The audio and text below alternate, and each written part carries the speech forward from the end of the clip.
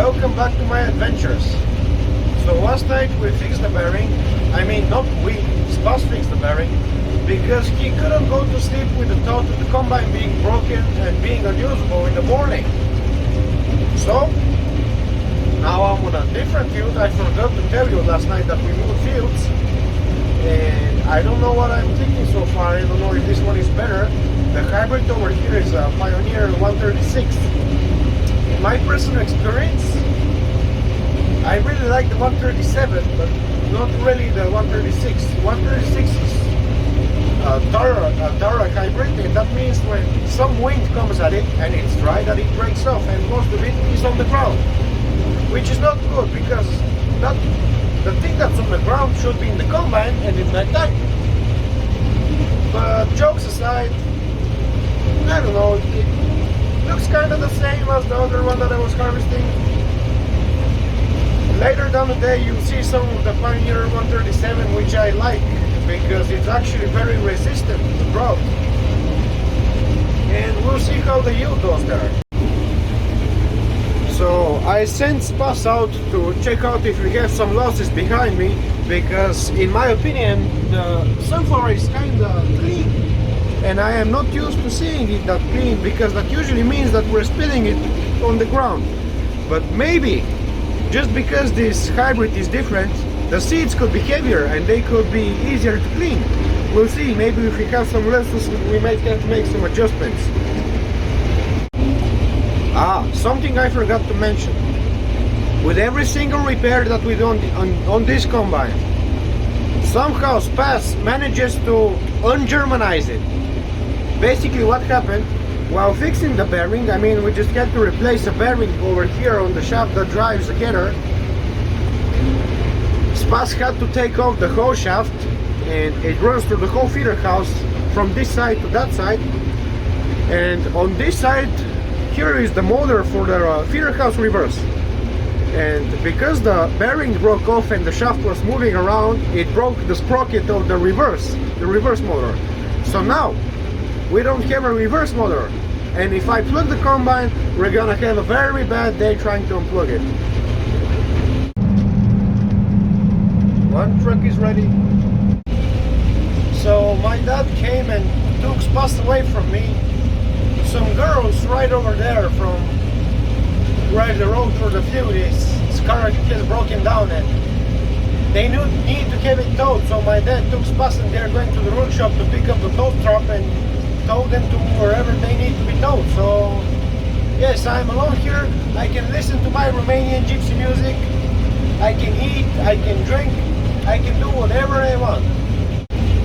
But actually I'm a little bit worried because over here on my right side, I believe this is the pulley that drives the accelerator drum.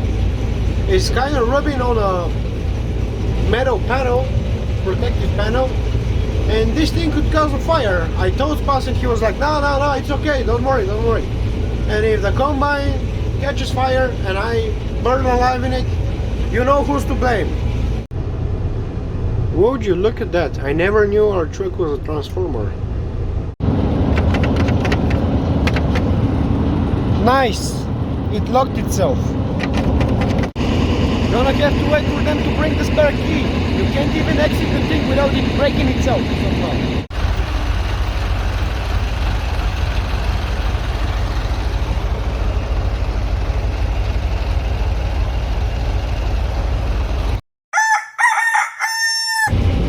So the combine is full of diesel, or as some of my colleagues, YouTubers would say, dinosaur bones, dinosaur flesh, and stuff like that. So Spas has went out to fill the trucks too, because we're going to be working all day, hoping that the rain doesn't kill us off. But even if it does, no problemo, I'm going to the festival nearby. But until then, I'm going to be working, as you should too. If you didn't know, work brings you money, and we need money to survive.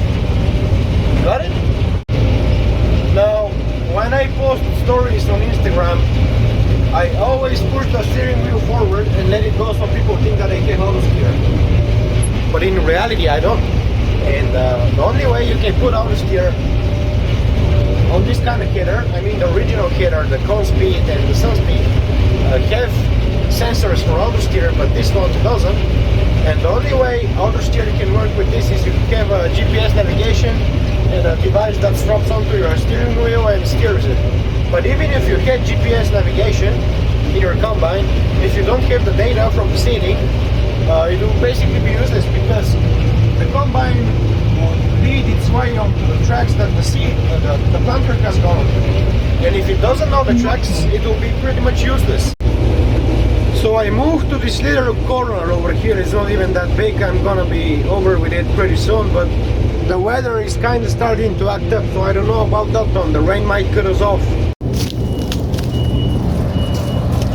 Again? Why does this thing keep on falling off? Oh, it's hot. What's going on here? Now, here's an interesting situation. The chain keeps on falling off, and for some reason it's hot. I gotta see what's going on here. So I found out why the chain is falling off and why it's hot. It's actually rubbing on the protective cover over there. So, but because it's rubbing, that's still not good. That means that the shaft that the sprocket for the chain is attached on has moved outwards. So we gotta see what's going on here. That might be a bearing. Okay, so we are currently moving. Actually, the field is close by kind of, but the road kind of sucks because it's all bumps, trees, and stuff that just gets in the way of moving the big combine. The combine is actually 4.2 meters wide, the exact same width as the header. So we don't really have to detach the header from the combine to move it. It's exactly the same width as the combine itself.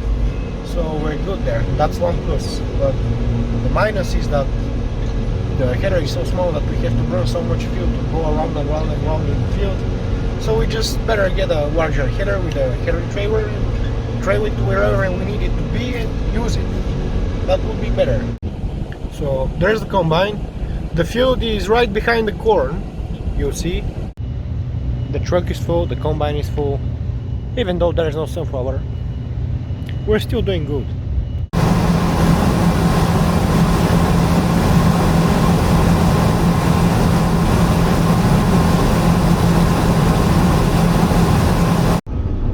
Well, I thought that we got that chain fixed up and everything, but we didn't. We might have a problem. This tire is losing air. Yes, the rear left tire is losing air. Now that's a worthy problem. That's the kind of problems I'd like to experience, you know? Because it's been kind of boring the last few days. And it's getting a little bit late, so we might be stopping soon. And in the morning we might pick up the other tire from the other combine, just in case. I don't want this tire to blow on me. I mean, I'm not gonna overfuel the bunker or anything, and it might be fine because this is the last piece that we have for this year, and it might do it, but I don't know if it's worth taking the risk. That's a major breakdown. That's what I wanted to see. Okay, we are done for the night for sure. See you in the morning.